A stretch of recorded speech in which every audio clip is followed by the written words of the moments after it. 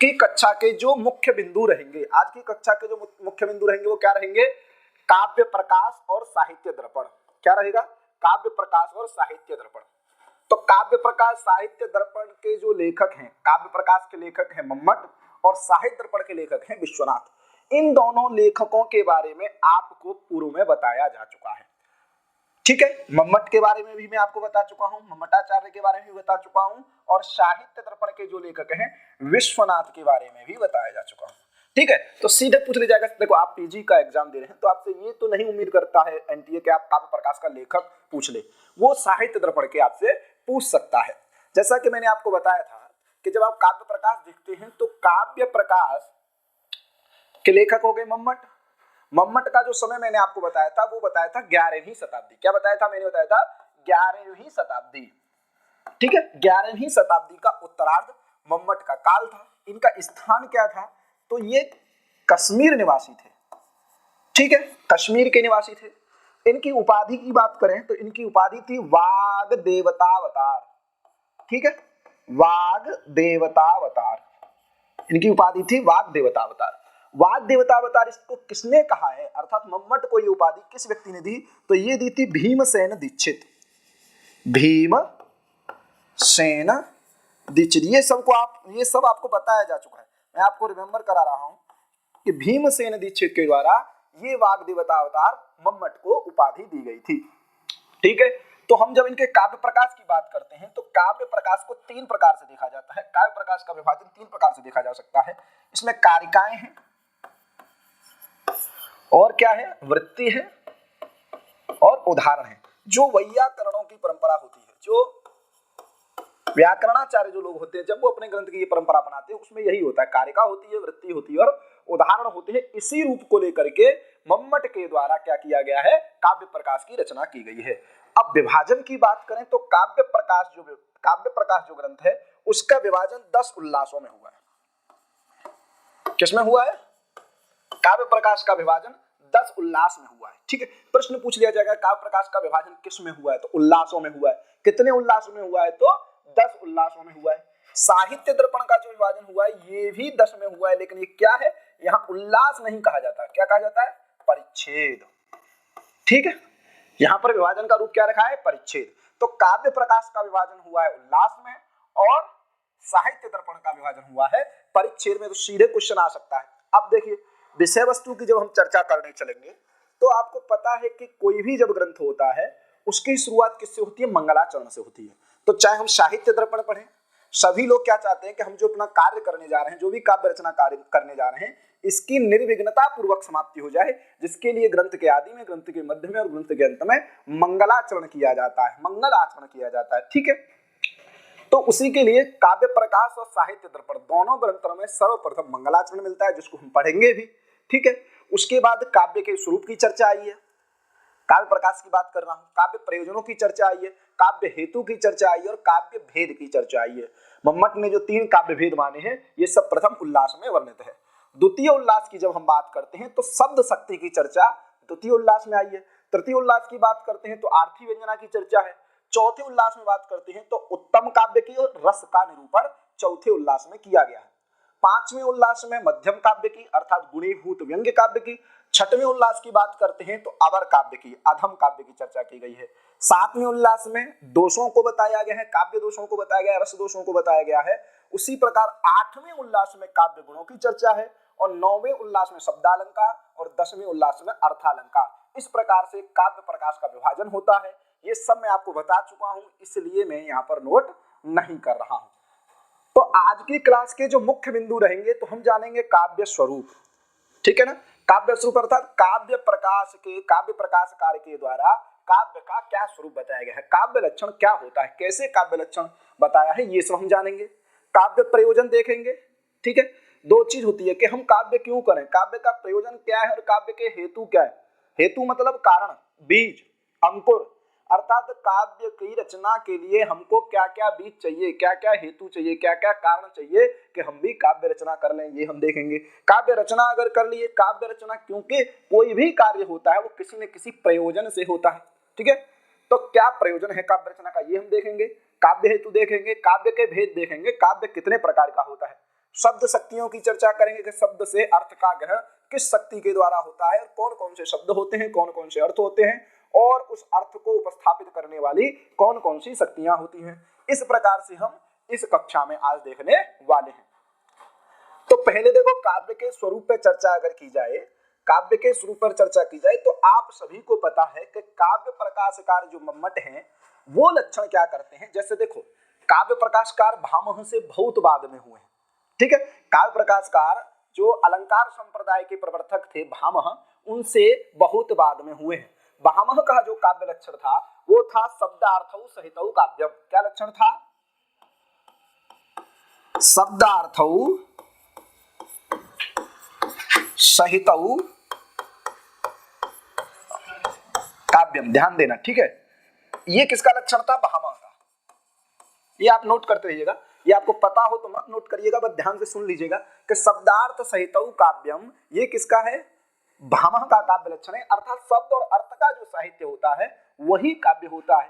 अब मम्मटाचार्य क्या करते हैं, इसी लक्षण को थोड़ा मॉडिफाई करते हैं, इसी लक्षण को थोड़ा बदल देते हैं, थोड़ा परिवर्तित कर देते हैं और वह अपना काव्य लक्षण इसी के अनुसार कर देते हैं।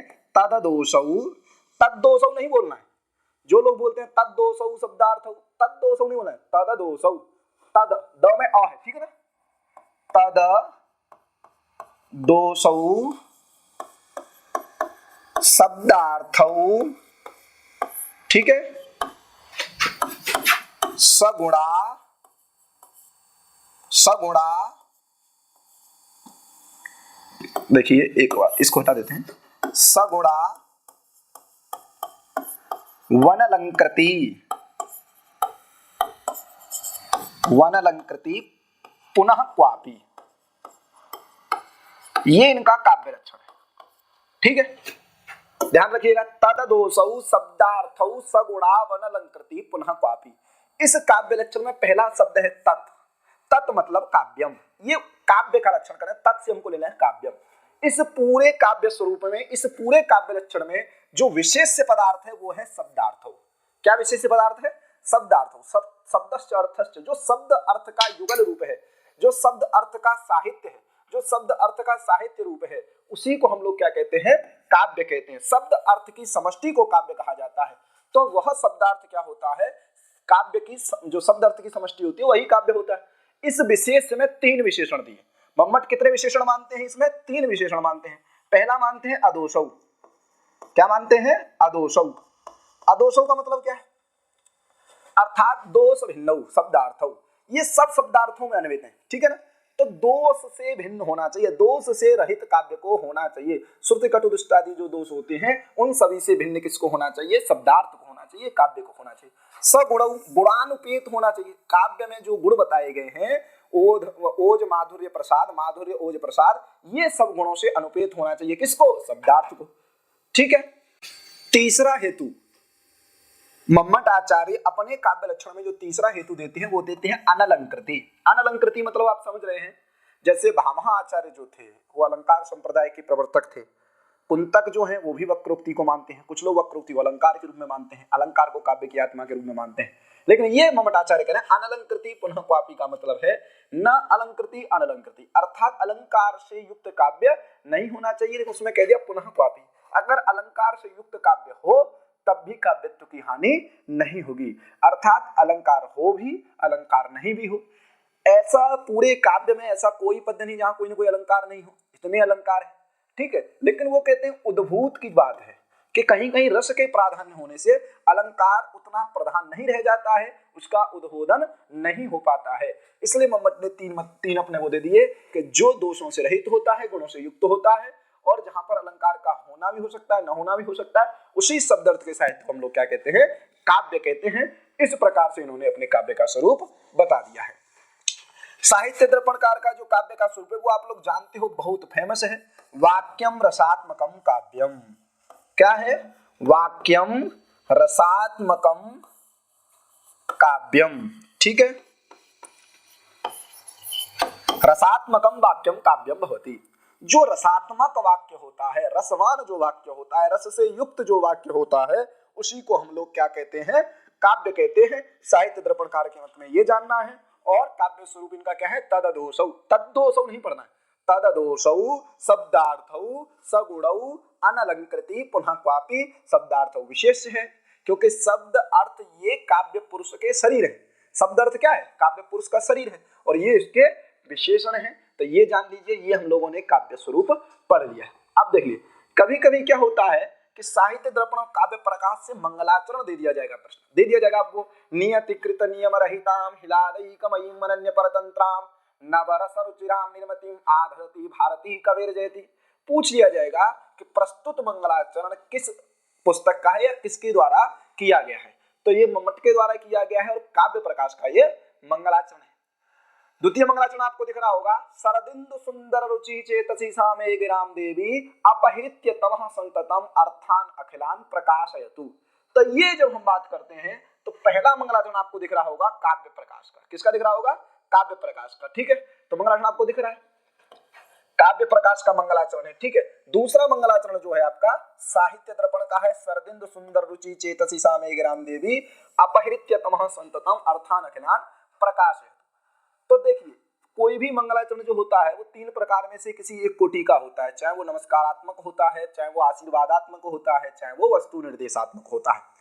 ठीक है, तो इस मंगलाचरण में, इस पद्य में कवि ने किसी देवी से आशीर्वाद की कामना नहीं की है। उसने क्या किया है? जयति। क्या लास्ट की क्रिया है उसकी? जयति। और जब वृत्ति में वही लिखते हैं मम्मा, जयति इत्यर्थेन नमस्कारो आक्षिप्यते, नमस्कार का आक्षेप होता है। तो जयति में क्या है? यहाँ नमस्कारात्मक मंगलाचरण है, नमस्कारात्मक मंगलाचरण है। इससे पता क्या चल रहा है कि मम्मट के द्वारा नमस्कारात्मक मंगलाचरण किया गया है। तो किसको किसको नमस्कार करना है भैया? तो कह रहे भारती जयति, कबीर भारती जयति। तो कबीर भारती जयति का मतलब क्या है? वहां पूछ लिया जाएगा कि मम्मटाचार्य के द्वारा, मम्मट के द्वारा काव्य प्रकाश के मंगलाचरण में किसकी स्तुति की गई है। और जब आपको चार ऑप्शन दे दिए जाएंगे, वाग्देवी, सरस्वती, लक्ष्मी और भारती, तो आपको ये पता है कि भारती पर्याय है। कवि की जो भारती होती है, सरस्वती होती है, जो वाणी होती है, ये सब पर्याय हैं। लेकिन ऑप्शन में जब आपके भारती होगा तो आपको सरस्वती, वाग्देवी ये सब आपको वहां पर नहीं लगाने हैं, ग्राम देवी ये सब आपको नहीं लगाना, आपको क्या लगाना है? भारती। भारती को नमस्कार किया है। तो पूछा गया कि ऐसी क्या कवि की वाणी में विलक्षणता है जिसको कवि नमस्कार कर रहा है। तो उसको जानने के लिए हम श्लोक पर चलते हैं। तो इसमें देखिए, इसका अन्वय जब करते हैं तो होता है, नियतिकृत नियम रहिताम हिलादैकमयीम अनन्य परतंत्राम नवरस रुचिराम निजमतिम आधरति कबीर भारती जयति। अब देखिए, इसमें क्या समास है, क्या पद पदार्थ है, ये हम नहीं जानेंगे।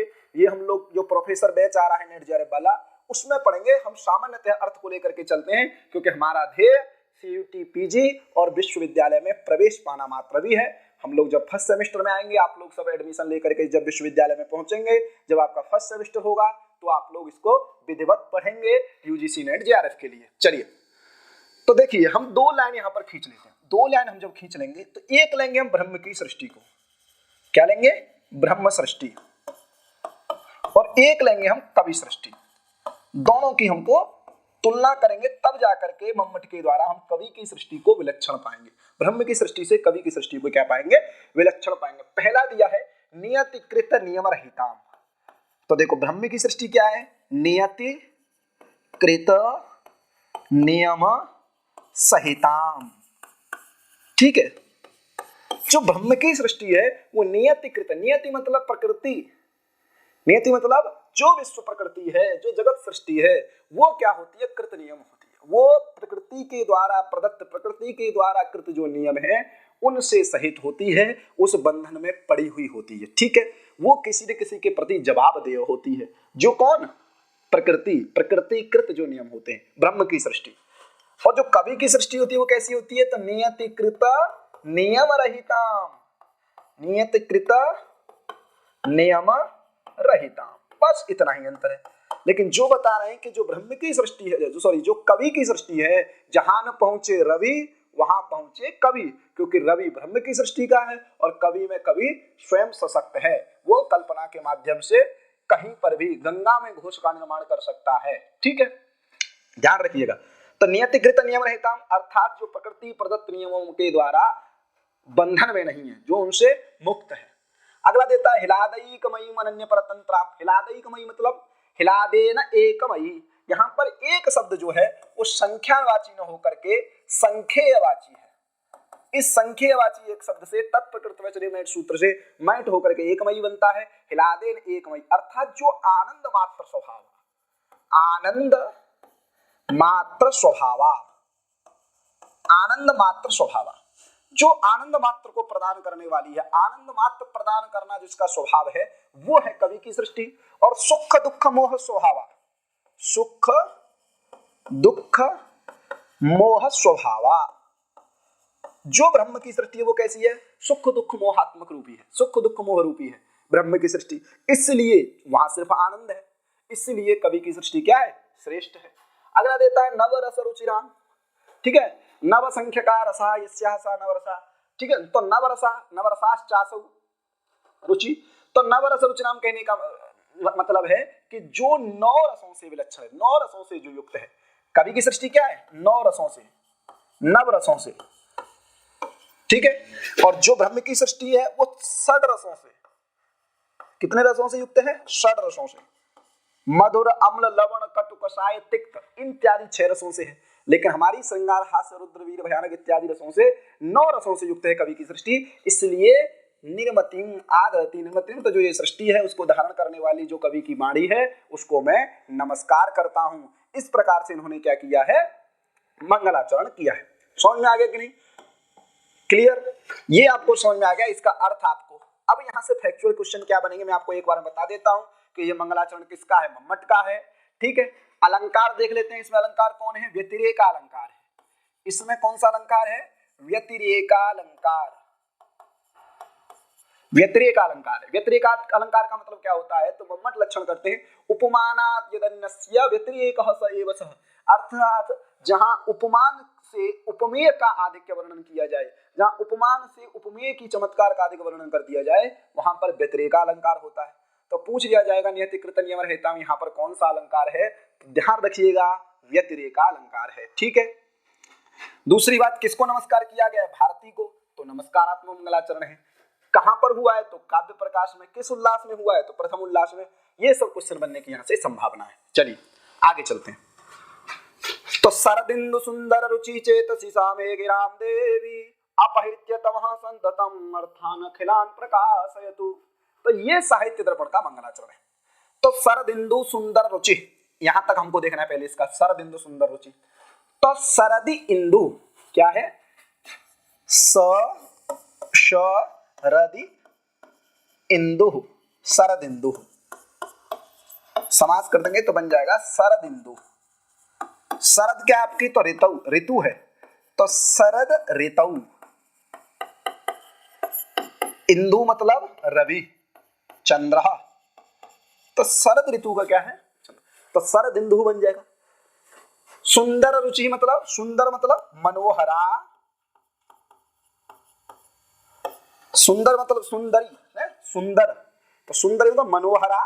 रुचि, रुचि का यहां पर अर्थ आपको क्या लेना है? प्रभा, ठीक है, या कांति, यस्यासा सुंदर रुचि, ठीक है। तो शरदिंदु इव सुंदर रुचि यस्यासा शरदिंदु सुंदर रुचि, अर्थात शरद ऋतु के चंद्रमा के समान मनोहर कांति वाली। समझ में आ गया? शरद ऋतु का जो चंद्रमा, उसकी जो मनोरमा, जो चांद की चांदनी की जो किरणें होती हैं, उस प्रकार की कांति जो मनोहर लगती हैं, ऐसी कौन? सा, कौन? स्मृति पुराण प्रसिद्धा, इतिहास स्मृति पुराण प्रसिद्धा, इतिहास स्मृति पुराण प्रसिद्धा। कौन प्रसिद्धा? तो गिराम देवी, वाचाम देवी, वाणी की जो देवी, वह क्या करे? तो मे मतलब मेरे, चेतसी, चेतसी मतलब चित्ते, हृदय, वह जिसकी शरद ऋतु के चंद्रमा के समान जिसकी कांति है, ऐसी जो वाणी की देवी, वह मेरे हृदय में संततम मतलब विस्तृतम, मेरे हृदय में फैले हुए, तमह मतलब अंधकार को, अपहृत्य मतलब नाश करके, अपहृत्य विनाश्य नाश करके, अर्थान अखिलान, अखिलान मतलब समस्तान, अर्थान प्रकाशयतु, अर्थान मतलब काव्य तत्वान, काव्य के जो तत्वों को क्या करे, प्रकाशन करे, प्रकटी करो तू, प्रकट करे। तो ये इसका क्या हो जाएगा, अर्थ हो जाएगा। ठीक है, तो ये भी मंगलाचरण पूछ लिया जाएगा। सर्वदिन सुंदर रुचि चेतसी सामयिक रामदेव, ये किस प्रकार का मंगलाचरण है? तो देखो पहला जो मंगलाचरण था वो नमस्कारात्मक था, और इसमें कवि क्या कर रहा है, कुछ आकांक्षा कर रहा है। किससे? देवी से, आशीर्वाद की मांग कर रहा है। तो ये आशीर्वादात्मक मंगलाचरण है। वह कह रहा है जो काव्य तत्व है उनको मेरे हृदय में प्रकट करे। तो ये मंगलाचरण आपका कैसा हो जाएगा, किस कोटि में आ जाएगा? तो आशीर्वादात्मक मंगलाचरण इसको हम कहेंगे। क्लियर, समझ में आ गया? ठीक है, तो दोनों मंगलाचरण हमने देख लिए। यहां से क्वेश्चन आपका कोई नहीं छूटेगा। चलते हैं आगे। अब देखिए हम लोग देखते हैं काव्य प्रयोजनों को। क्या देखते हैं? काव्य प्रयोजनों को। तो काव्य प्रयोजनों पे जब हम चलते हैं तो वो कहते हैं काव्यम, आपने श्लोक पढ़ा होगा, काव्यम यशसे अर्थकृते व्यवहार विदे शिवेत्तरछतये सद्यः परिनिवृत्तये कांता संमिततया उपदेशयुजे। ये सीधे पूछ लिया जाएगा मम्मट के अनुसार काव्य के प्रयोजन कितने हैं। सीधा प्रश्न आएगा आपका, मम्मट के अनुसार काव्य के प्रयोजन कितने हैं? तो मम्मट के अनुसार काव्य के प्रयोजन भैया कितने हैं? 6। बिल्कुल ध्यान रखिएगा, सीधा फैक्चुअल क्वेश्चन बनेगा। या काव्य प्रकाश में काव्य के कितने प्रयोजनों की चर्चा की गई है? तो 6 प्रयोजन की चर्चा की गई है। ध्यान रखिएगा, ठीक है?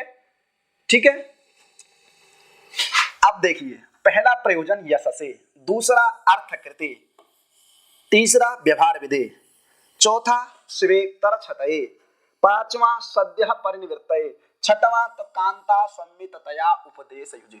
ठीक है, काव्यम यशसे अर्थकृते व्यवहार विधे शिवेत्तरछतये सद्यः परिनिवृत्तये कांता संमिततया उपदेशयुजे। ये 6 इन्होंने बताया। तो पहले बताया यशसे। यशसे मतलब काव्य की रचना से क्या होता है, यश की प्राप्ति होती है। ठीक है ना? जैसे आप बिहारी सतसई को देखते हैं तो जयपुर के राजा ने उनको एक एक पद्य रचना करने पर, एक एक पद्य पर उन्होंने क्या की थी, एक एक सोने की अशरफी दी थी। कालिदासादीनाम यशः का, जैसे अर्थकृते का उदाहरण होगा बिहारी सतसई। यस्य की बात करते हैं तो सम्मान आपको प्राप्त होता है। ठीक है, जैसे कालिदासादीनाम इव यशः, कालिदास को, भारवी को, शिशुपाल वध को आज हम पढ़ रहे हैं। ठीक है, और हम लोग आज बड़े चाव से बोलते हैं विद्वत नहीं सदौषधम। ठीक है, तो ये सब हम जो बोल रहे हैं तो ये यश की यशोक्तियां हैं, ये सब यश की बात करती हैं, यशोक्तियां हैं। ठीक है ना? तो यश की बात करती है, कीर्ति की बात करती है। तो काव्य का प्रयोजन क्या हो गया, यश हो गया। अर्थकृत्य मतलब हमने पढ़ा भी है, विद्या अर्थकरी, विद्या अर्थकरी होती है, काव्य विद्या है वो अर्थकरी होती है अर्थ के लिए। जैसे श्री हर्ष धावकादीनाम इव यशः, श्री हर्ष धावकादीनाम अर्थ में बताया है। तो अर्थात धावक जो कवि हुए थे उन्होंने क्या किया, श्री हर्ष को लिख करके दिया, तो उन्होंने उससे कुछ मुद्रा प्राप्त की, वो आश्रित कवि थे। ठीक है, व्यवहार विधे राजादिगत उचित आचार परिज्ञानम रामादिवत वर्तव्यम न रावणादिवत, किस प्रकार से हमको व्यवहार करना चाहिए, क्या अनुकूल है, क्या प्रतिकूल है, क्या सही है, क्या धर्म है, क्या अधर्म है, क्या कर्तव्य है, क्या अकर्तव्य है, इस प्रकार का ज्ञान भी हमको व्यवहार के द्वारा होता है। शिवेत्तरछतये, शिव मतलब होता है कल्याण, शिव मतलब क्या होता है, कल्याण। उससे इतर क्या होगा, अकल्याण। छतये मतलब नाशा है, कल्याण, अकल्याण के नाश के लिए। ठीक है, अनिष्ट के निवारण के लिए भी हमको काव्य की रचना करनी चाहिए। उसका एक प्रयोजन क्या हो गया, अनिष्ट निवारण। समझ में आ रहा? जैसे मयूर भट्ट जो थे, मयूर जो कवि थे, उनको कुष्ठ रोग हो गया था, उनको कुष्ठ रोग उनकी बहन ने ही दिया था श्राप। ये कहानी है, तो कहानी को न चल करके ध्यान रखिएगा। उन्होंने सूर्य शतक की रचना की थी, जिसके चलते उनका क्या हो गया, अनिष्ट का परिहार हो गया। सद्यः परिनिवृत्तये, तो ये देखिए 6 काव्य प्रयोजन। कितने प्रयोजन है भैया, 6। उन 6 प्रयोजनों में सबसे ज्यादा महत्वपूर्ण है सद्यः परिनिवृत्तये। पूछ लिया जाएगा 6 काव्य प्रयोजनों में, नहीं पूछा जाएगा क्योंकि सीयूटीपीजी का वो नहीं है। कभी आपके सामने ये क्वेश्चन आ जाए कि मम्मट के काव्य प्रयोजन में मौलिभूत प्रयोजन कौन सा है, तो वो है सद्यः परिनिवृत्तये। अगला है कांता संमिततया उपदेशयुजे। 3 प्रकार का उपदेश होता है, कांता सम्मित, प्रभु सम्मित और सुहृद सम्मित। जिसमें सबसे बलवान जो होता है वो होता है आज के परिप्रेक्ष्य में कांता सम्मित। तो कांता सम्मिततया उपदेशयुजे, जिस प्रकार से कांता का संदेश हो जाए, जैसे किसी की पत्नी ने कुछ कहा, पति तुरंत जाके उससे अट्रैक्ट हो जाता है, उसी प्रकार काव्य का ऐसा उपदेश होता है कि उससे व्यक्ति तुरंत जुड़ सकता है। ठीक है ना? तो ये 6 काव्य के प्रयोजन बताए। ठीक है, तो आपको समझ में आ गया काव्य मम्मट के अनुसार काव्य के कितने प्रयोजन होते हैं, 6 होते हैं। कौन कौन से होते हैं? क्योंकि प्रश्न इस प्रकार से ही पूछा जा सकता है कि अधोलिखित विकल्पों में से, नीचे दिए गए विकल्पों में से कौन सा मम्मट के अनुसार काव्य प्रयोजन नहीं है। तो 3 इसमें से दिए जाएंगे, 1 नहीं दिया जाएगा, या 1 इसमें से दिया जाएगा, 3 नहीं दिए जाएंगे, और पूछ लिया जाएगा निम्नलिखित में से कौन सा मम्मट के अनुसार काव्य प्रयोजन है।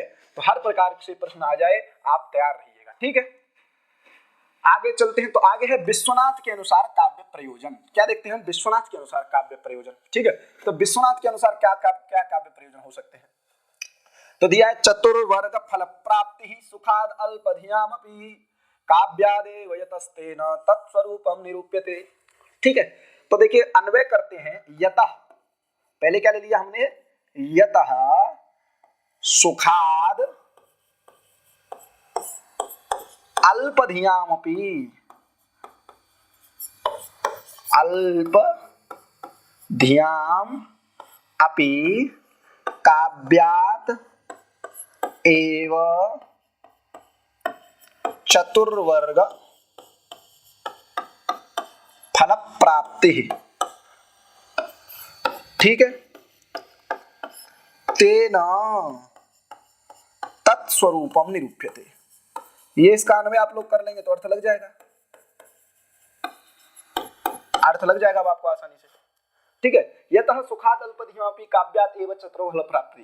देखो जो मोक्ष के साधन, जो शास्त्र हमारे मोक्ष के साधन बताए गए, वो वेद शास्त्र आदि, पुराण इत्यादि, वहां पर विवेक जो सुकुमार मति होती है, यानी कि कोमल बुद्धि होती है, जो इतनी विलक्षण प्रतिभा नहीं रखते हैं, उनके लिए वहां पर मोक्ष के साधनों को पढ़ना, मोक्ष प्रक्रिया को जानना इतना सुकुर नहीं है। इसलिए कह रहा है सुखात अल्प, सुख पूर्वक, अल्पधियामपि, सुकुमार मति नाम, जो कोमल बुद्धि वाले हैं, उनको काव्य से धर्म अर्थ काम मोक्ष चतुर्वर्ग रूपी जो फल है उसकी प्राप्ति हो जाती है। इसलिए तत्स्वरूपम मतलब काव्य स्वरूपम, इसलिए काव्य का स्वरूप का निरूपण करने जा रहे हैं। ये विश्वनाथ कहते हैं ये चतुर्वर्ग फल प्राप्ति सुखाद अल्पधियामपि, ये किसके द्वारा काव्य प्रयोजन है, तो ये विश्वनाथ के अनुसार काव्य प्रयोजन है, ठीक है। ये आपने जान लिया। चले आगे, अब देखो हमने काव्य प्रयोजन देखे, अब हम देखते हैं काव्य हेतु। क्या देखते हैं, काव्य हेतु। अब ये तो हमने जान लिया, पहले हमने देखा कि हमको ये करने से क्या मिलेगा। तो काव्य करने से आपको 6 चीजों का लाभ होगा। चतुर्वर्ग फल प्राप्ति अलग होगी साहित्य दर्पण के अनुसार, और मम्मट के अनुसार हमको 6 चीजें प्राप्त होंगी। लेकिन काव्य हेतु अब ये बताइए भैया कि काव्य की रचना के लिए हमको क्या क्या चाहिए। काव्य की रचना हम भी कर सकें, हम भी कवि बन सकें, हम भी कवि का कर्म कर सकें, इसलिए हमको क्या क्या होना चाहिए। तो सबसे पहले देखेंगे इति हेतुस्तद उद्भवे।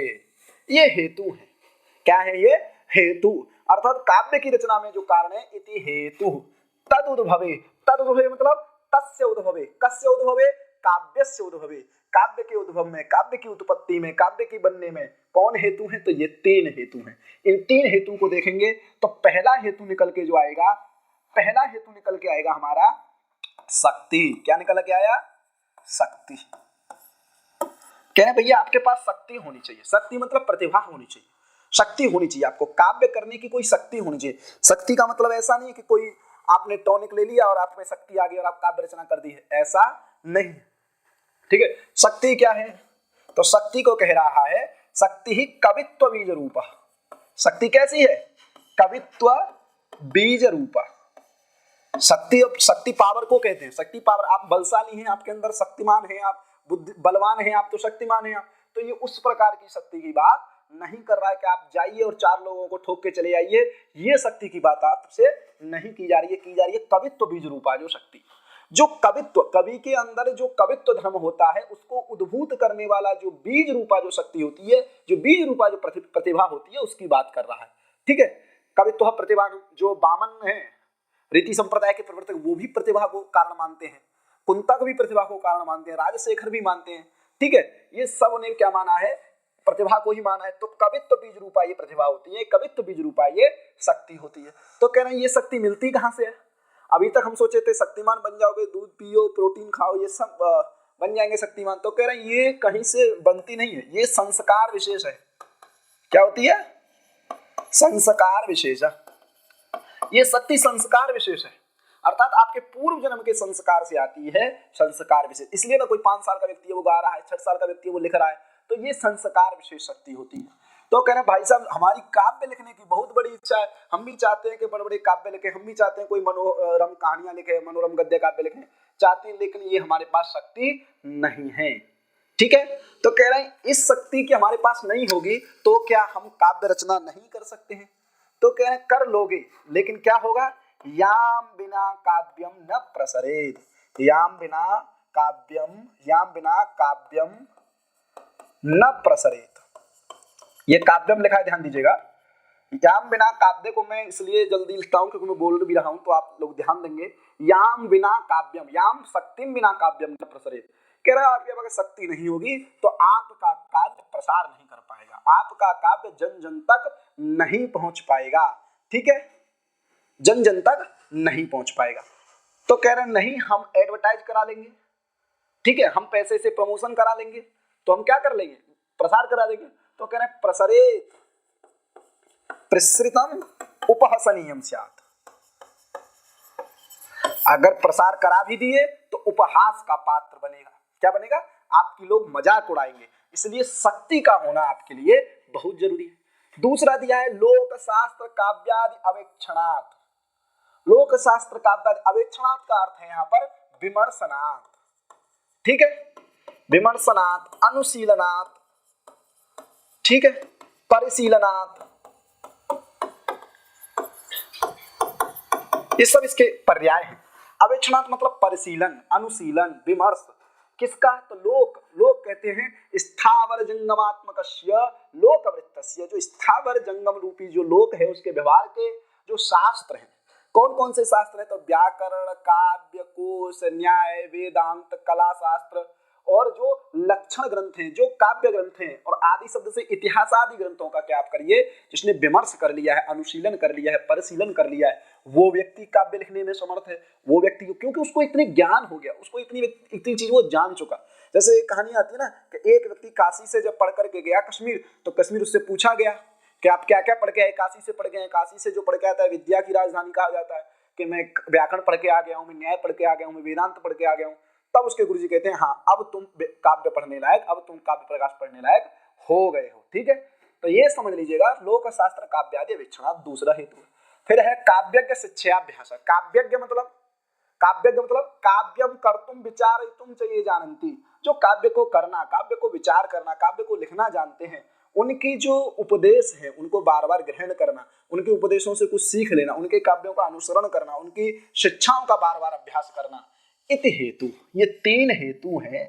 तब बात करते हैं कि भैया व्याकरण की दृष्टि से तो वाक्य ठीक नहीं लग रहा है, क्योंकि तीन हेतु हैं तो बहुवचन आना चाहिए, हे तवह बनना चाहिए, इति हेतु क्यों लिखा है? तब मम्मट कहते हैं त्रयः समुदिताः न तु व्यस्ताः काव्यस्य उद्भवे। काव्य के उद्भव में, काव्य की उत्पत्ति में ये तीनों मिलकर के हेतु हैं, अलग अलग हेतु नहीं है। अर्थात किसी के पास शक्ति है, दो नहीं है, तो वो भी उत्तम काव्य की रचना नहीं कर पाएगा। किसी के पास दो है, शक्ति नहीं है, वो भी उत्तम काव्य की रचना नहीं कर पाएगा। उत्तम काव्य की रचना वही कर पाएगा जिसके पास तीनों हेतु हैं। तो आपसे प्रश्न पूछा जाएगा मम्मट के मत में काव्य के कौन से हेतु हैं, कितने हेतु हैं और उनके नाम क्या क्या हैं? तो आप फटाफट बता दोगे। शक्तिर निपुणता, लोक शास्त्र काव्यादि अवेक्षणात्, काव्यज्ञ शिक्षाभ्यास, इति हेतुस्तद उद्भवे। श्लोक रट जाइएगा, ठीक है। चलते हैं आगे। अब देखिए काव्य भेद मम्मट के प्रथम उल्लास में बताए गए हैं काव्य भेद। तो सीधा प्रश्न बनेगा कि मम्मट के मत में कितने काव्य के भेद किए गए हैं? तो कहते हैं त्रिधा काव्यम भवति मम्मटाचार्य मते। मम्मट आचार्य के मत में कितने प्रकार का काव्य होता है भैया? तीन प्रकार का काव्य होता है। कौन कौन सा काव्य होता है? उत्तम काव्य, मध्यम काव्य और अवर काव्य। ठीक है, दिख रहा होगा आपको। उत्तम काव्य ध्वनि काव्य जिसको कहा जाता है, मध्यम काव्य जिसको गुणीभूत व्यंग्य काव्य कहा जाता है, अधम काव्य जिसको अवर काव्य कहा जाता है। ये तीन काव्य के भेद मम्मट ने अपनी काव्य प्रकाश में किए हैं। लक्षण देख लेते हैं। तो कहा इदम, इदम मतलब काव्यम, उत्तमम, ये उत्तमम होगा, ठीक है ना। इदम उत्तमम अतिशयनी व्यंगे वाच्यात् ध्वनिर्बुधै कथितः। तो इतना अर्थ देखिए आप, ठीक है। वाच्यात् व्यंगे पहले लेंगे, वाच्यात् दो नंबर पे व्यंगे, वाच्यात् व्यंगे अतिशयत्व। जहां पर वाच्यार्थ की अपेक्षा व्यंग्यार्थ चमत्कारित्व हो, जहां वाच्यार्थ की प्रतीति होकर के व्यंग्यार्थ की प्रतीति हो, चमत्कार की प्रतीति हो जिस काव्य से, उसको उत्तम काव्य कहा जाता है। बुधई दुनि कथिता, बुधई दुनि कथिता। जो बुधई हैं अर्थात जो वैयाकरण लोग हैं, बुधई का अर्थ है क्या लिया है, पूछ लिया जाएगा इदम उत्तम अतिशयनी व्यंग्ये वाच्यात् ध्वनिर बुधई कथित, यहाँ पर बुधई से क्या लेना है, तो 4 ऑप्शन में दे दिया जाएगा, मीमांसक ही, नैयायिक ही और वैयाकरण ही। तो आपको क्या देना है, वैयाकरण ही। ठीक है, तो ध्वनि बुधई मतलब वैयाकरण ही ने क्या कहा, इसको ध्वनि कहा है, इसलिए इसको ध्वनि काव्य भी कहा जाता है। दूसरा पढ़ते हैं भैया मध्यम काव्य। दूसरा क्या है, मध्यम काव्य। मध्यम काव्य क्या है, तो इसको ही क्या कहा जाता है, तो अतादृशी गुणीभूत व्यंग्यम व्यंग्ये तो मध्यमम। ये व्यंग में क्या होता है, मध्यम होता है, अर्थात ज्यादा चमत्कार, तो ज्यादा अतिशय तो यहाँ पर व्यंग का नहीं होता है, ज्यादा चमत्कारी व्यंग नहीं होता है, इसलिए लिखा है अतादृशी न तादृशी। ये उत्तम काव्य के समान नहीं होता है इसका व्यंग, इसमें थोड़ा गुणीभूत, देखो ये यौगिक संज्ञा है इसकी, गुणीभूत, इसका जो व्यंग होता है प्रधानीभूत न होकर के गुणीभूत हो जाता है, गौण हो जाता है, उतना चमत्कारी नहीं होता है, इसलिए इसको मध्यम कोटि में रखा गया है। ठीक है, इसलिए इसका नाम दूसरा गुणीभूत व्यंग हो जाएगा मध्यम काव्य का। तीसरा है अधम काव्य, इसी को बोला जाता है निम्न काव्य, अवर काव्य, चित्र काव्य। ठीक है, इसके नाम हो गए अवर काव्य कह लीजिए, चित्र काव्य कह लीजिए, निम्न काव्य कह लीजिए, ठीक है, अवर काव्य कह लीजिए, मध्यम अधम काव्य कह लीजिए। कह रहा है शब्द चित्रम वाच्य चित्रम अवंग्यम तु अवरम स्मृतम। ठीक है, अवरम स्मृतम अवंग्यम, जो अव्यंग्य अर्थात जहां पर कोई व्यंग्य नहीं होता है, वाच्यार्थ का वाच्यार्थ ही रह जाता है, उसी को अवर काव्य कहा जाता है। और भैया ये 2 प्रकार का होता है, एक शब्द चित्र और दूसरा वाच्य चित्र। वाच्य चित्र मतलब वाच्य अर्थ है, अभिधा शक्ति के द्वारा वाचक शब्द से प्रथमोपस्थित तत्वात् जिस अर्थ की उत्पत्ति होती है उसको वाच्य कहते हैं। तो वाच्य का मतलब है अर्थ चित्र। ठीक है, 2 प्रकार का हो गया, शब्द चित्र और वाच्य चित्र। तो आप लोगों ने जान लिया, लक्षण देख लिए, आप नोट्स बनाते रहिएगा, साथ ही साथ मैं पक्का कह दे रहा हूं कि ये एक न एक दिन आपको फेस परीक्षा में करने होंगे, तो आप लोग तैयार रहिएगा। उत्तम काव्य ध्वनि काव्य कहा जाता है, मध्यम काव्य को गुणीभूत व्यंग्य काव्य कहा जाता है, अधम काव्य को अवर काव्य कहा जाता है। चलते हैं आगे। अब देखिए हमने काव्य प्रकाश के अनुसार काव्य के भेद देखे, अब इनके अनुसार देख लेते हैं काव्य भेद। विश्वनाथ मते द्विधा काव्य, विश्वनाथ आचार्य, देखो मम्मट के मत में कितने काव्य होते हैं, 3। कौन कौन सा, उत्तम काव्य, मध्यम काव्य, अवर काव्य। ठीक है, ध्वनि काव्य, गुणीभूत व्यंग्य काव्य, अवर काव्य। समझ में आ गया। उसी प्रकार इनके मत में अंतिम वाला काव्य का भेद इन्होंने स्वीकार नहीं किया है, इन्होंने 2 ही काव्य के भेद माने, एक ध्वनि काव्य, एक गुणीभूत व्यंग्य काव्य। ध्वनि काव्य को ही ये उत्तम काव्य कहते हैं। लिखते हैं काव्यम ध्वनिर गुणीभूत व्यंग्यम चेति द्विधा मतम। विश्वनाथ कहते हैं मेरा मत यह है कि ध्वनि काव्य और गुणीभूत व्यंग्य काव्य 2 प्रकार का ही काव्य होता है। इसी में लिखते हैं वाच्यात् अतिशयनी व्यंग्ये ध्वनिस्तत् काव्यम उत्तमम। जो ध्वनि काव्य होता है उसको उत्तम काव्य होता है, जिसमें वाच्य की अपेक्षा व्यंग्य का चमत्कारित्व होता है। गुणीभूत व्यंग्य में कहते हैं अपरम मतलब अन्यम, गुणीभूत व्यंग्यम वाच्यात् अनुत्तमे, वहां दिया था अतादृशी, यहाँ पर दे दिया है अनुत्तमे, और यह भी क्या होता है, गुणीभूत व्यंग्य होता है। डेफिनेशन दोनों की एक है, अर्थ दोनों का एक है, बस भाषा बदली गई है। ये 2 भेद मानते हैं, ये मत भूलना। विश्वनाथ के मत में कितने भेद हैं काव्य के, 2, उनके मत में कितने हैं, 3। तो ये आप ध्यान रखें, 3 मतलब 3। ठीक है, चलिए आगे चलते हैं। अब हम पढ़ते हैं आगे शक्ति, शब्द शक्ति।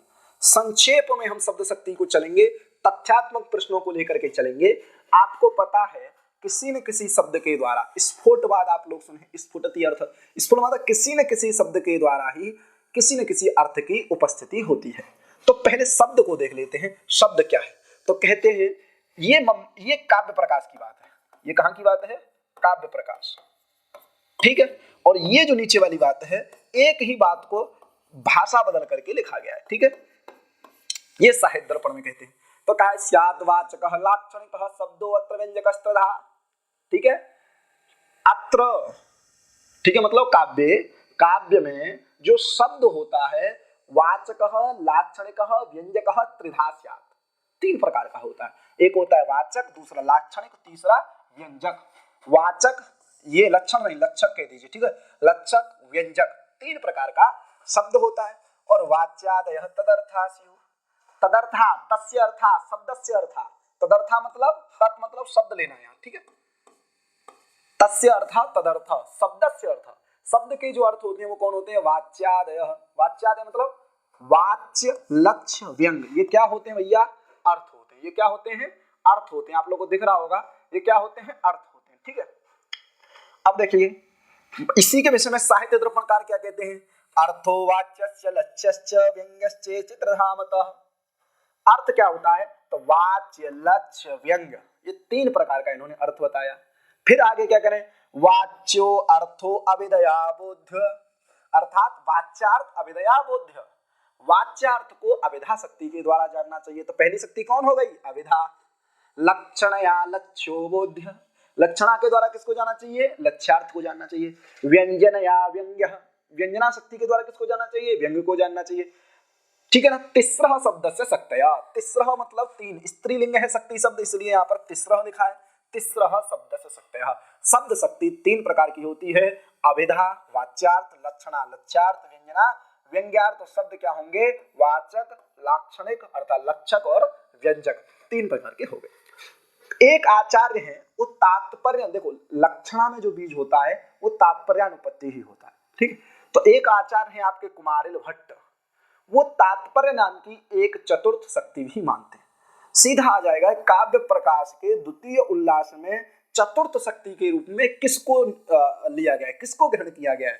तो तात्पर्य शक्ति को ग्रहण किया गया है। आप ये मत सोचना कि वहां पर ये कहते हैं अभिधा, लक्षणा, व्यंजना तीन ही शक्तियां, इनमें से कोई लगा दे, नहीं, क्योंकि ये चार ही ऑप्शन होंगे वहां, अभिधा, लक्षणा, व्यंजना और तात्पर्य। तो चतुर्थ शक्ति किसको लिया गया है? तात्पर्यार्थोपि केषुचित्, केषुचित् कुछ अन्य आचार्य हैं वो तात्पर्य शक्ति को भी मानते हैं। तो उसी का से निकल के आता है अभिहितान्वयवाद। अभिहितान्वयवाद, सीधा प्रश्न बनता है अभिहितान्वयवाद किसका है? तो कुमारिल भट्ट का है। ठीक है, और किसका है? पार्थ सारथी मिश्र। ये ध्यान रखिएगा, ए भी करके क्वेश्चन पूछ लिया जाता है, क्या दो लिखित विकल्पों में से अभिहितान्वयवाद से कौन संबंध है, बंद कौन दोनों विकल्पों में से? तो वहां दे देगा ए पे कुमारिल, बी पे कोई और प्रभाकर दे देगा, सी पे पार्थ सारथी दे देगा, डी पे सालिकनाथ दे देगा। तो आपका क्वेश्चन कौन सा सही हो जाएगा? ए और सी, दो दो करके पूछ लिया जाएगा जैसे पैटर्न चल रहा है। तो ध्यान रखिएगा कुमारिल भट्ट और पार्थ सारथी मिश्र। तौतात्विक मत इसको कहा जाता है। चाहे अभिहितान्वयवाद को किस अन्य मत से जाना जाता है? तो तौतात्विक मत कहा जाता है और भाट्ट मत इसको कहा जाता है। ठीक है, ये अभिहितान्वयवाद है। अभिहितान्वयवाद मतलब क्या होता है? अभिहितान्वयवाद मतलब क्या होता है? पहले अभिहितार्थ की प्रतीति होती है, अभिधा शक्ति के द्वारा अर्थ की प्रतीति होती है, उसके बाद जो वक्ता का तात्पर्य होता है उसमें उस अर्थ का अन्वय किया जाता है, संबंध किया जाता है। ये अभिहितान्वयवाद है। इसको विशेष हम लोग निर्जात में देखेंगे। अभी इतना जान लीजिए कि अभिहितान्वयवाद कुमारिल भट्ट का और पार्थ सारथी मिश्र का सिद्धांत है। उसके बाद आते हैं अन्विता विधानवाद। अन्वित अभिधान पहले से ये कहता है कि वाच्य वाच्यार्थ, जो वाच्यार्थ है वही वाक्यार्थ है। प्रभाकर मिश्र और सालिकनाथ मिश्र। ठीक है, ये ध्यान रखिए। देखो प्रभाकर में ये है तो प्रभाकर ध्यान रखिए, प के साथ प को नहीं लेना है, प न भवति, ये ट्रिक्स ध्यान रखिएगा कि प्रभाकर के साथ पार्थ सारथी मिश्र को नहीं लेना है। ठीक है, प न भवति, ये ट्रिक ध्यान रखिएगा। प्रभाकर मिश्र के साथ सालिकनाथ को लेना है। ठीक है, प्रभास, देखो ना आदि पुरुष मूवी आने वाली है, प्रभास, बाहुबली में जो एक्टर था वो कौन था? प्रभास। तो प्रभास ध्यान रखिएगा, प्रभाकर मिश्र और सालिकनाथ मिश्र। ऊपर में कुमारिल भट्ट और पार्थ सारथी मिश्र बार बार बता रहा हूं, ये ध्यान रखिएगा, यहां से आपका क्वेश्चन पूछ लिया जाएगा। आगे चलते हैं। अब देखिए जब हम संकेत ग्रह की बात कर रहे हैं तब पता चलता है कि भाई संकेत ग्रह जो होता है वो किस आचार्य के मत में किस में होता है, अर्थात साक्षात संकेत जो होता है वो किस में होता है। तो वैयाकरण जो होते हैं, जो व्याकरणाचार्य लोग होते हैं, वो कहते हैं चतुष्टयी शब्दानाम प्रवृत्ति, चार प्रकार के शब्द मानते हैं। जाति शब्द, गुण शब्द, क्रिया शब्द और यदृच्छा शब्द, द्रव्य शब्द। ठीक है ना, तो चार प्रकार की ये पूछा चतुष्टयी शब्दानाम प्रवृत्ति इति कस्य मतम, तो ये भाष्यकार का मत है। भाष्यकार वैयाकरण थे, महाभाष्य लिखा है उन्होंने। तो चतुष्टयी शब्दानाम प्रवृत्ति इति महाभाष्यकार, ठीक है, महाभाष्यकार ने कहा है। और यही बात विश्वनाथ भी मानते हैं और यही बात आपके मम्मट भी मानते हैं। ठीक है, तो आप ये मत समझना कि साहित्य नहीं लिखा है, तो साहित्य कौन मानते हैं? चार प्रकार के शब्दों की प्रवृत्ति मानते हैं। मीमांसक किसमें शक्ति मानते हैं? जाति रेव, जाति में ही मानते हैं। ठीक है, जाति से वो व्यक्ति का आक्षेप करते हैं, मतलब लक्षणा शक्ति के द्वारा। नैयायिक क्या करते हैं? तदवान, तदवान मतलब तत् से लेना, जाति, जातिमान अतः घटत्व विशिष्ट घटको वो ज्ञान मानते हैं, जाति विशिष्ट व्यक्ति में शक्ति मानते हैं। बौद्ध अपोहवाद सिद्धांत मानते हैं, जिसका मतलब होता है अतद व्यावृत्ति या तद भिन्न भिन्नत्व, तद भिन्न भिन्नत्व का मतलब क्या होता है कि नाक को ऐसे पकड़ा जा सकता है लेकिन वो सिर के पीछे से हाथ ला करके नाक पकड़ते हैं, मतलब वही रहता है। ठीक है ना, तो ये शब्द शक्तियां हो गई। पूछ लिया जाएगा अपोहवाद सिद्धांत किसका है, बौद्धों का है। ठीक है, तो ध्यान रखिएगा, कोई भी समस्या हो आप लोग हम लोगों को कमेंट कर सकते हैं, लाइक कर सकते हैं, और जो भी समस्या हो आप हम लोगों के नंबर पर कांटेक्ट कर सकते हैं। देख रहे हैं मेरे को बार बार पसीना आ रहा है, तब भी आप लोगों के मेहनत की जा रही है। ठीक है, तो ध्यान रखिएगा आप लोग। अब देखो शक्ति ग्रह, शक्ति ग्रह में संकेत ग्रह, शक्ति ग्रह मतलब संकेत ग्रह। आपके वीडियो की क्वालिटी खराब ना हो इसलिए पंखा को बंद करके हम लोग आप लोगों के लिए क्लास लेकर के आते हैं। ठीक है, तो संकेत ग्रह, संकेत ग्रह में कह रहा है व्याकरणोपमान कोश आप्त वाक्यात व्यवहारतश्च वाक्यस्य शेषाद् विवृतिर् वदन्ति सान्निध्यतः सिद्ध पदस्य वृद्धा। ठीक है, तो शक्ति ग्रहम व्याकरणोपमान क्या क्या है, तो व्याकरण 1, उपमान 2, कोश 3, आप्तवाक्य 4, व्यवहार 5, वाक्य शेष 6, वाक्य शेषात एक ही है 6, विवृति मतलब व्याख्या 7 और सिद्ध पद मतलब 8। ये 8 संकेत ग्रह बताए गए। ठीक है, इस श्लोक में कितना का परिगणन किया गया है, 8 का किया गया है। तो पूछ सकता है विकल्प में देखे कौन सा है कौन सा नहीं है, किसी प्रकार से पूछ सकता है, तो ये आप ध्यान रखिएगा।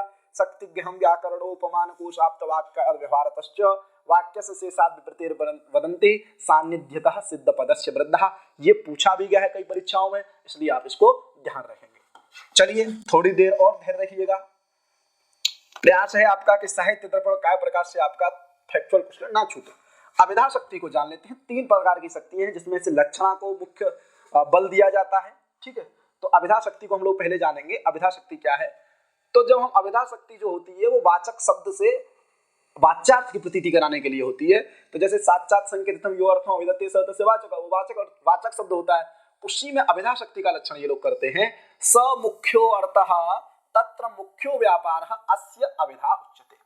तो इस वाक्य में 3 भाग कर दीजिए। स मुख्यो अर्थः तत्र मुख्यो व्यापारः अस्य अभिधा उच्यते। ठीक है, तो सह मतलब लेना है सह इति साक्षात संकेतितः, साक्षात संकेतितः मुख्यो अर्थ, जो साक्षात संकेत के द्वारा प्राप्त जो होता है वाच्यार्थ उसी को मुख्यार्थ कहा जाता है। ठीक है, तत्र मतलब मुख्यार्थ है मुख्यो व्यापार, उस मुख्यार्थ की प्रतीति कराने में जो मुख्य व्यापार होता है किसका, अस्य, अस्य मतलब शब्दस्य, उस शब्द का जो मुख्य व्यापार होता है अभिधा शक्ति के द्वारा होता है, अभिधा शक्ति के माध्यम से होता है। तो ये अभिधा शक्ति का लक्षण बताया गया काव्य प्रकाश में। ठीक है, अब इससे अभिधा शक्ति का लक्षण साहित्य दर्पण में कहा गया है मम्मट के द्वारा। तत्र संकेतितार्थस्य बोधनात् अग्रिमाभिधा, तत्र संकेतितार्थस्य बोधनात् अग्रिमाभिधा, तत्र मतलब शक्तौ संकेतितार्थस्य बोधनात् अग्रिमाभिधा। उन तीनों शक्तियों में जो संकेतितार्थ के द्वारा जो बोध कराती है वो अभिधा शक्ति होती है, उसी को अग्रिमा कहा गया। सबसे पहले आती है इसलिए अग्रिमा कहा गया। अग्रिमा शक्ति का पूछ लिया जाता है, अग्रिमा शक्ति का, तो अग्रिमा शक्ति कौन सी है, अभिधा।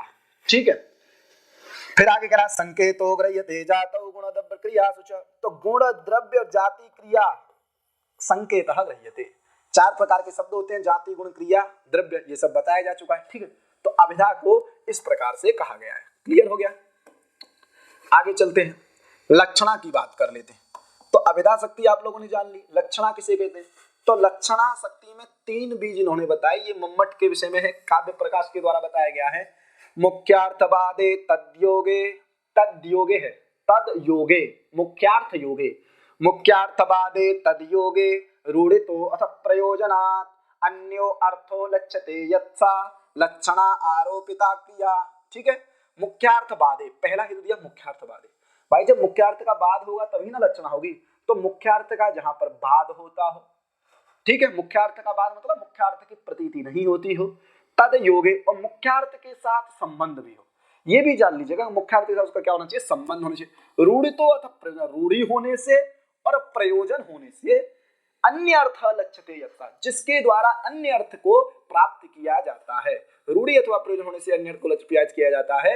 लक्षणा आरोपिता क्रिया, सा क्रिया सह व्यापार, क्रिया का मतलब यहाँ पर व्यापार, वह व्यापार लक्षणा शक्ति के द्वारा आरोपित होता है। उस आरोपित व्यापार के द्वारा, उस आरोपित व्यापार से जो अर्थ की उपस्थिति होती है वो लक्षणा के द्वारा होती है। लक्ष्यार्थ की जो प्रतीति होती है वो लक्षणा के द्वारा होती है। इसमें रूढ़ी का उदाहरण जो ले लेते हैं, हम ले लेते हैं कर्मणि कुशला। क्या ले लेते हैं, कर्मणि कुशलः, क्लियर।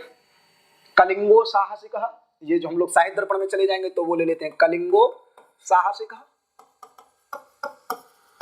ठीक है। प्रयोजन का है, प्रयोजनवती लक्षणा का उदाहरण क्या है, गंगायाम घोषः,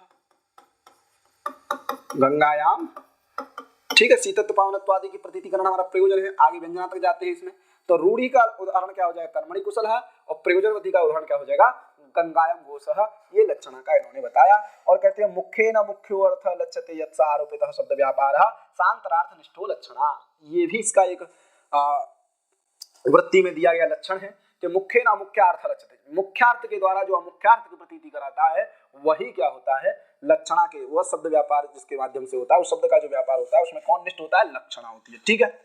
अब साहित्य दर्पणकार ने मतलब विश्वनाथ ने क्या लक्षण किया है, तो मुख्यार्थ बाधे तदयुक्ते, वही है मुख्यार्थ बाधे तदयोगे है, इन्होंने तदयुक्ते कर दिया, मुख्यार्थ बाधे तदयुक्ते, इस वाले लाइन को इन्होंने पहले ले लिया है, मुख्यार्थ बाधे तदयुक्ते यया अन्य अर्थ प्रति, यया शक्त्या अन्य अर्थ से प्रतीत होती, जिस शब्द शक्ति के द्वारा अन्यार्थ की प्रतीति होती है, और रूढ़ी प्रयोजना, और जिसके कुक्षी में प्रविष्ट रूढ़ी और प्रयोजन होती है, लक्षणा शक्ति अर्पिता। अर्पिता का वहां पर बताया गया है कि मतलब जो होती है ईश्वर के द्वारा जो अनुद्बुद्ध होती है, उसी को क्या कहते हैं, अर्पिता नाम से कहा गया है वहां पर, ठीक है। स्वाभाविक इतरा और ईश्वर अनद्भुता, वो लक्षणा नाम से कही जाती है। समझ में आ गया, तो इसमें भी समझ लीजिए आप। तो ये इन्होंने लक्षण बताए गए हैं और आपको उदाहरण समझ में आ गए। उसके बाद सीधा क्वेश्चन आपको बनेगा कि काव्य प्रकाशकार कितने प्रकार की लक्षणा मानते हैं, साहित्य दर्पणकार कितने प्रकार की लक्षणा मानते हैं। तो काव्य प्रकाश, सीधा क्वेश्चन, बस इससे इतना ही क्वेश्चन आपका बनेगा कि काव्य प्रकाशकार के मत में कितनी लक्षणा है, ठीक है। तो काव्य प्रकाशकार के मत में कितनी लक्षणा है, 6, 3 लक्षणा षड्भेदा, 6 प्रकार की लक्षणा है। साहित्य दर्पणकार 80 भेद मानते हैं, ये आपको समझ में आ गया, पिछली बार शायद पूछा भी गया है, ठीक है। साहित्य दर्पणकार ने कितने लक्षणा के भेद माने, 80, काव्य प्रकाशकार ने कितने, 6। तो 6 भेद, देखो ये सब कौन कौन से भेद हैं, किस प्रकार से होते हैं, उनका जो डेफिनेशन है वो कैसा होता है, ये अभी जानने की आवश्यकता आप लोगों को नहीं है। ये सब आप लोग जब प्रवेश करके आएंगे, फर्स्ट सेम में देंगे, तब होगा। तो उपादान लक्षणा, लक्षण लक्षणा, गौड़ी सारोपा, गौड़ी साध्य वसानिका, शुद्धा सारोपा, शुद्धा साध्य वसानिका, इस प्रकार से 6 भेद माने हैं। इनके उदाहरण देख लीजिए। उपादान लक्षणा का कुंतः प्रविशन्ति, यष्ट्यः प्रविशन्ति। लक्षण लक्षणा का गंगायाम घोषः, गौड़ी सारूपा गौरवाहिक, गौड़ी साध्य वसानिका गौरयम, शुद्धा सारूपा आयुर्घृतम, शुद्धा साध्य वसानिका आयुर्वेदम। तो ये आपको उदाहरण इतने आवश्यक नहीं है, आप ध्यान रखें तो इतना रख सकते हैं कि रूढ़ी लक्षणा का उदाहरण है कर्मणि कुशलः, कलिंगो साहसिकः, और आपकी जो प्रयोजनवती लक्षणा है उसका उदाहरण क्या है, उसका उदाहरण हो जाएगा आपका गंगायाम घोषः, ठीक है। ये आप लोग ध्यान रखिएगा और आपको ज्यादा जानने की आवश्यकता नहीं है। काव्य प्रकाश के अनुसार 6 भेद होते हैं और साहित्य दर्पण के अनुसार 80 भेद होते हैं।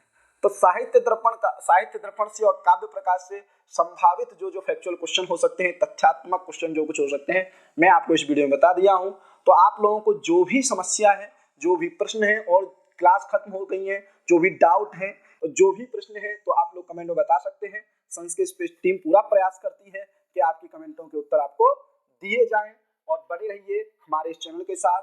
युवा साथ साधु युवा।